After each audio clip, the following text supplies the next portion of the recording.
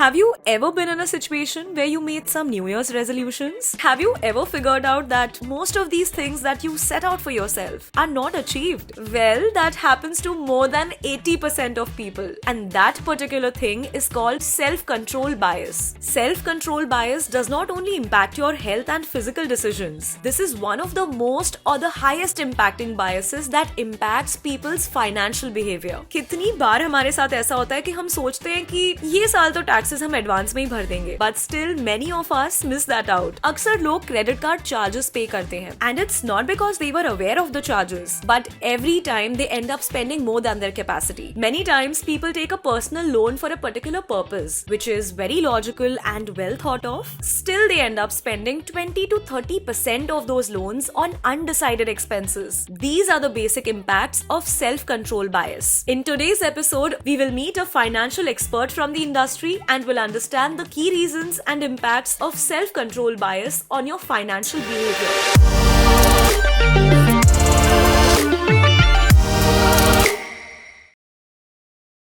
Hello, my name is Viral Bhatt. I'm into personal finance industry from last 16 years. To achieve the financial freedom and financial well-being for everyone, I started my personal finance firm called Money Mantra. I always inclined towards the personal finance well-being for everyone. I always thought why people are not achieving their financial freedom and personal finance well-being in their life. So basically I always try to give them the idea about that how they can achieve personal finance well-being or personal finance freedom in their personal financial life.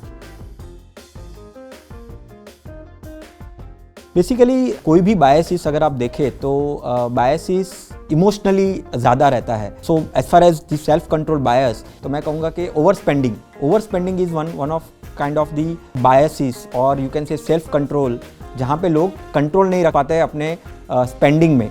Spending is fine but over spending is not good. हमेशा ऐसा होता है कि long term का ना सोच के short term का क्या फ़ायदा है. यू कैन से it's like a Insta gratification. कुछ भी चीज़ है, जैसे अभी आज के टाइम में अगर देखें तो फेस्टिवल सीज़न है और बहुत सारे लोग जगह पे सेल्स होते हैं, ऑनलाइन भी सेल्स होते हैं, फिजिकल स्टोर्स में भी सेल्स होते हैं. मुझे जो चीज़ों की ज़रूरत नहीं है फिर भी उसको मैं खरीदने की सोचता हूँ. सेल्फ कंट्रोल नहीं है. ये एक सेल्फ कंट्रोल बायस बहुत ही हैम्पर करता है लोगों को अपने पर्सनल फाइनेंस लाइफ में. एक्चुअली देखने जाए तो किसी को भी हो सकता है. मैं उसका एक एग्जांपल देना चाहूँगा आपको. 2007-2008 हमको पता होगा कि सब प्राइम करके एक क्राइसिस आया था, सब प्राइम क्राइसिस, कि बहुत ही सस्ते में लोन मिल रही थी. अभी मुझे लोन लेने की ज़रूरत भी नहीं है, फिर भी वो मैं लोन लेने के लिए चला गया और लोन लेता गया. मैंने मेरी कैपेसिटी नहीं देखी. तो वहाँ पे क्या होता है कि वो सेल्फ कंट्रोल बायस आ गया और उसके वजह से अब उसके पर्सनल फाइनेंस लाइफ में प्रॉब्लम स्टार्ट हो गए और बहुत बड़ा क्राइसिस आ गया और जिसकी वजह से यूएस आज तक भी वो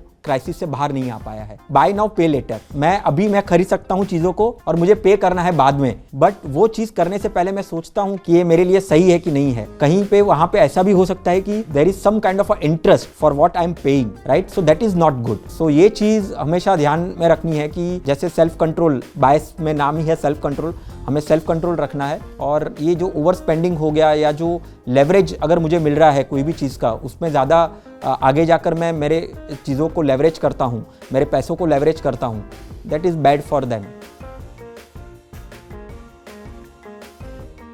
इन टुडेज एरा एक्चुअली अगर आप देखने जाए तो लाइफस्टाइल एक्सपेंसेस 10-15-20 साल पहले ऐसे लाइफस्टाइल एक्सपेंस किसी को पता नहीं थे.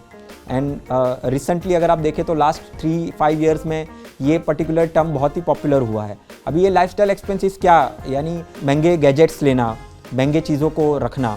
अभी सोशल प्रेशर भी एक बहुत बड़ी चीज़ हो चुकी है. मेरी एफोर्डेबिलिटी नहीं है बट मेरे पीयर ग्रुप में किसी के पास अच्छी गाड़ी है, वो मुझे खरीदने का मुझे इंक्लिनेशन होता है, मैं उसको बाय करने के लिए जाता हूँ. मेरी एफोर्डेबिलिटी नहीं है.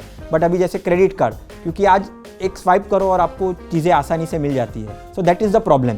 वहाँ पे फिर मेरा वो बायसिस आ जाता है. मैं सेल्फ कंट्रोल नहीं रख पाता हूँ and that is bad thing, right. अभी एक लाइफस्टाइल गैजेट्स को बाय करना, फिर ओवर स्पेंडिंग करना, क्रेडिट कार्ड से कोई भी चीज़ आसानी से मिलती है उसके ऊपर क्रेडिट कार्ड को स्वाइप करके आप उसको स्पेंडिंग करते हैं. फिर इंटरेस्ट अगर कम है, सस्ता है, तो मैं बाय करने की सोचता हूँ. एक्चुअली एक बहुत ही इम्पॉर्टेंट एस्पेक्ट है सेल्फ कंट्रोल बायसिस में, रिटायरमेंट का. मैं मेरे रिटायरमेंट का नहीं सोचता हूँ, इक्विटी के बारे में नहीं सोचता हूँ. अगर मैं इक्विटी में इन्वेस्टमेंट करता हूँ तो मुझे लॉन्ग टर्म बेनिफिट हो सकता है और मुझे शॉर्ट टर्म में मैं फ़ायदा सोचता हूँ मेरे इन्वेस्टमेंट्स के बेसिस के ऊपर, तो मेरा सेल्फ कंट्रोल बायस आ जाता है. मैं शॉर्ट टर्म पे फोकस करता हूँ और लॉन्ग टर्म पे फोकस नहीं करता हूँ.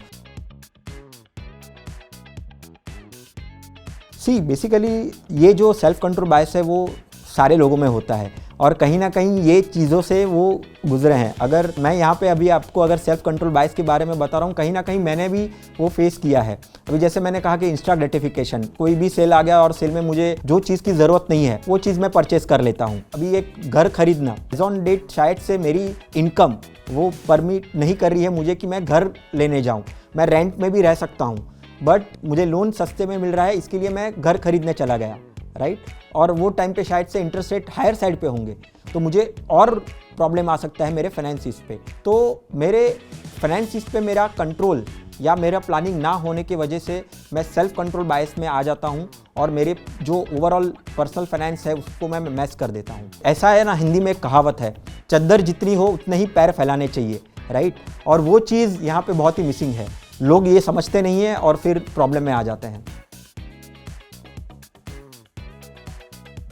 सो there are some financial tools, ऐसा कहते हैं कि अगर वो ट्राई करें अपने लाइफ में इम्प्लीमेंट करने के लिए तो सबसे बेस्ट है कि फाइनेंशियल प्लानिंग, राइट। अगर वो स्ट्रक्चर्ड फाइनेंशियल प्लानिंग करे तो वो अपने बजटिंग, सो एक बजटिंग भी एक टूल होता है कि मैं स्पेंड तो कर रहा हूँ, ठीक है, स्पेंड तो सब करते हैं बट मैं ओवर स्पेंडिंग नहीं करूँगा अगर मैं मेरा बजट बना के रखूँगा। फिर एक एसेट एलोकेशन भी एक ऐसा टूल है कि मुझे पता है कि इक्विटी में कितना डालना है, डेट में कितना डालना है, गोल्ड में कितना डालना है या रियल एस्टेट में कितना डालना है। क्योंकि ऐसा बहुत बार देखा गया है कि रियल एस्टेट में ज़्यादा इन्वेस्टमेंट होता है, इक्विटी में ज़्यादा इन्वेस्टमेंट हो जाता है, डेट में ज़्यादा इन्वेस्टमेंट हो जाता है।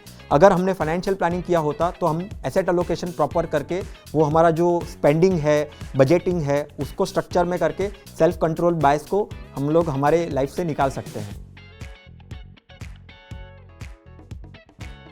सो बैड में तो एक ओवर स्पेंडिंग, सेल्फ कंट्रोल ना होना, इम्पल्सिव होना, इंस्टा ग्रेटिफिकेशन, ये bad about this self control biases. And as far as good, self control my self, I can have a good thing in my overall personal finance.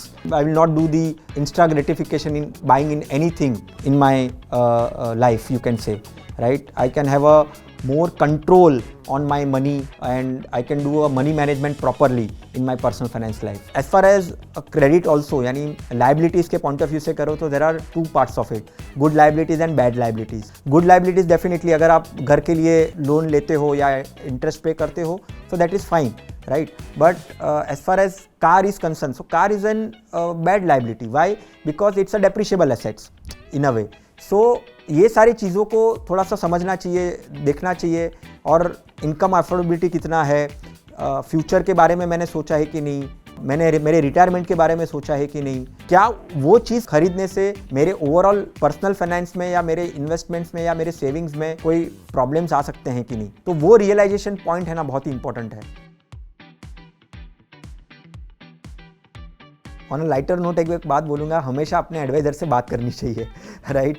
But yes, it is very difficult, हम तो रोज़ बात नहीं कर सकते अपने adviser से। But adviser एक काम ये कर सकता है कि वो उसके जो भी उनके क्लाइंट्स है या उनके जहाँ जिसका भी वो मनी मैनेजमेंट जिसका भी वो कर रहे हैं, वहाँ पे उनको एक स्ट्रक्चर्ड प्लान उनको देना चाहिए कि आपका बजटिंग, आपके इन्वेस्टमेंट्स, आपके सेविंग्स और एक बाउंड्री आपको बना के रखनी है। अगर वो बाउंड्री अगर आप पार करोगे तो आपको प्रॉब्लम्स आएंगे। वो जो चीज़ है ना, वो रियलाइजेशन वो कन्वे करना चाहिए फाइनेंशियल एडवाइजर्स को अपने क्लाइंट्स के साथ, राइट। सो वो चीज़, क्योंकि अभी तो ये मैं कह सकता हूँ कि अभी तो पार्टी शुरू हुई है, राइट। अभी तो और ऐसे ईयर ऑन ईयर ऐसे बहुत सारी चीज़ें आएगी। इंस्टा ग्रेटिफिकेशन का वर्ल्ड है ये, इम्पल्सिव चीज़ें करने की आदत है लोगों को। तो कहीं ना कहीं एक कंट्रोल बाउंड्री अगर सेट करके रखते हैं तो डेफिनेटली ये कंट्रोल हो सकता है।